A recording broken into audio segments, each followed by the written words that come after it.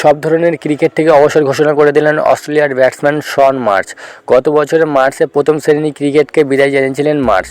Big ব্যাশে মেলবোর্নের রেলগেটসের match দিয়েই শেষ হতে চলেছেন 40 বছর বয়সী এই ক্রিকেটারের কেরিয়ার। আন্তর্জাতিক স্তরে অস্ট্রেলিয়ার হয়ে 38 টেস্ট খেলেছেন মার্শ, পাশাপাশি 73টি ওয়ানডে ও 15টি টি-20 ম্যাচ খেলেছেন তিনি। 2019 সালে ওয়ানডে বিশ্বকাপের ওভালে শ্রীলঙ্কার বিরুদ্ধে শেষ আন্তর্জাতিক ম্যাচ খেলেছিলেন অস্ট্রেলিয়ার এই বাঁহাতি ব্যাটসম্যান। টেস্টে 66 ইনিংসে মার্শের রান 2265 ও ওয়ানডেতে মার্শের রান 2773 ও টি-20তে 15 ইনিংসে মার্শ করেছেন 255 রান। টি-20তে সেভাবে নিজেকে মেলে ধরতে না পারলেও ফ্র্যাঞ্চাইজি ক্রিকেটে কিছুটা হলেও সফল মার্শ।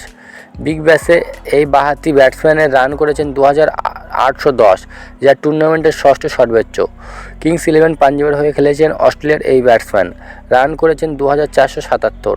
2019 সালের বিশ্বকাপের পর থেকে অস্ট্রেলিয়া দলের হয়ে শন মার্শ না খেললেও তার ছোট ভাই মিচেল মার্শ এখনও খেলছেন।